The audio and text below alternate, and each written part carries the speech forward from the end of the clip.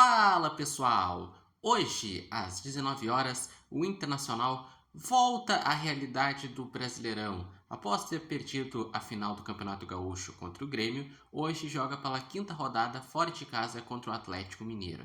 E não é um simples jogo, é um confronto direto. Tanto o Inter como o Atlético Mineiro começaram mal. Nas primeiras 4 rodadas, os dois times só fizeram 2 pontos. Os dois estão na zona de rebaixamento. O Atlético Mineiro tem saldo -2 e está em 17º, e o Inter tem saldo -3 e está em 18º. Lembrando que completa a zona de rebaixamento o Cruzeiro, que também tem 2 pontos em 19º, e o Vasco com 1 ponto, que é o Lanterna. Ambos perderam as finais estaduais, porque o Atlético Mineiro perdeu a final para o Cruzeiro e depois aconteceu um episódio lamentável, que foi aquela briga que gerou 23 expulsões. O Internacional, ele agora ele precisa entender que não adianta daqui a pouco só fazer jogos que cria bastante e não ser eficiente. Precisa ser eficiente, precisa ganhar. O Internacional não pode ir empurrando, porque olha essa sequência. Começou com o Atlético Paranaense, que criou bastante, não foi eficiente, perdeu. Contra o Flamengo fez um bom jogo e empatou. Contra o Palmeiras, daí já teve mais dificuldades, perdeu em casa. Contra o Remo, que era um confronto direto e tinha uma grande viagem, o Inter até foi um pouco melhor do que o Remo, só que empatou. E agora tem esse confronto direto com o Atlético Mineiro. Não pode ir adiando a vitória, porque senão o troço vai ficando perigoso. Porque no Brasileirão o que importa é tu ir fazendo pontos e crescendo na tabela e ir adquirindo confiança. Porque senão vai deixar para quando para ganhar? Em casa contra o Bahia, que o Bahia está em crise também, mas tem mais elenco do que o Inter. Fora de casa contra o Santos, que é fora de casa, daí é um pouco mais complicado.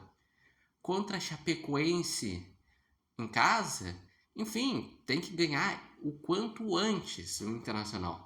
O Inter deve ir com uma equipe semelhante a que jogou a final do Gauchão, porque querendo ou não, a escalação que jogou a final do Gauchão é a melhor escalação que o Inter tem no momento. O Inter não tem um elenco, nossa, com várias opções. O Inter tem alguns jogadores reservas que podem ser úteis, outros que já têm maiores limitações, alguns jogadores da base que também podem ficar ali no banco, mas não tem um super elenco. Aliás, o Inter tem uma fragilidade muito forte defensiva.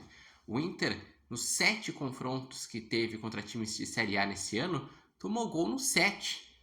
Só venceu um jogo, que nem foi válido pelo Brasileirão, foi válido pelo Gauchão na fase de grupos contra o Grêmio, que venceu por 4-2. Mas daí os grenais que mais valiam, não venceu. Um perdeu por 3-0, outro empatou em 1-1. E no Brasileirão, as primeiras 4 rodadas, 2 empates e 2 derrotas. E tirando aquele jogo do 4-2, o Internacional, nos outros jogos contra times da Série A, fez um gol por partida ou nem isso. Então, com certeza, o Internacional ele está pressionado sim, mas ele precisa entender por que não está sendo eficiente, entender por que defensivamente tem vazado e fazer uma partida mais competitiva e que consiga os 3 pontos.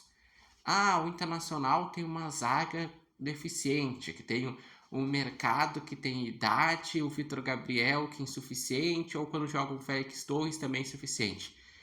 Mas então que reforce a proteção. Não tinha um momento que o Ronaldo e o Paulinho estavam conseguindo dar um maior suporte na questão da marcação? Então que reforce nesse sentido. O Bernabé ele sobe, mas ele não volta para marcar e ele comete muitas falhas defensivas. Então que se pense algo nesse sentido. Ou daqui a pouco, agora no Brasileirão, tem a opção do Matheus Bahia, que foi uma contratação que o Inter fez. Assim como o Kaique, que também foi uma contratação de ponta que o Inter fez. Que esses dois não podiam jogar o estadual porque tinham chegado depois do tempo de inscrição. O Internacional daí tem o Bruno Gomes, que está realmente bem. O Rocher no gol não está bem.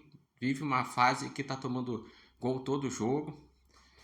O Alan Patrick, ele segue sendo um jogador muito importante, mas foi mal nas 2 finais. E daí tem o Carboneiro, que é muito importante.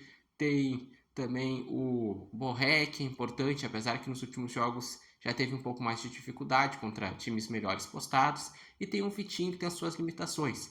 Então, o Inter, ele precisa se superar, entender que todo jogo do Brasileirão é corda esticada, que a missão do Internacional é não cair no Brasileirão, e mais do que isso, se possível, uma vaga ali para a Sul-Americana. Acho que vaga para a Libertadores é um pouco mais difícil pela realidade do elenco.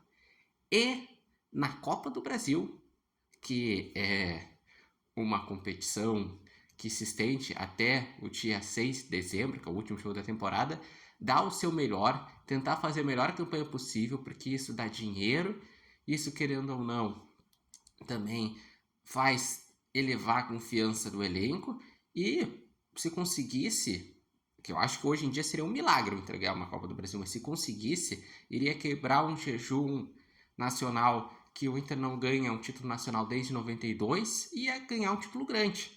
Porque, querendo ou não sei se vocês viram, mas já começou nas finais do Gauchão e pós a final do Gauchão as provocações de torcedores identificados do Grêmio em relação à valsa. E no direito, porque o Inter vai completar os 15 anos.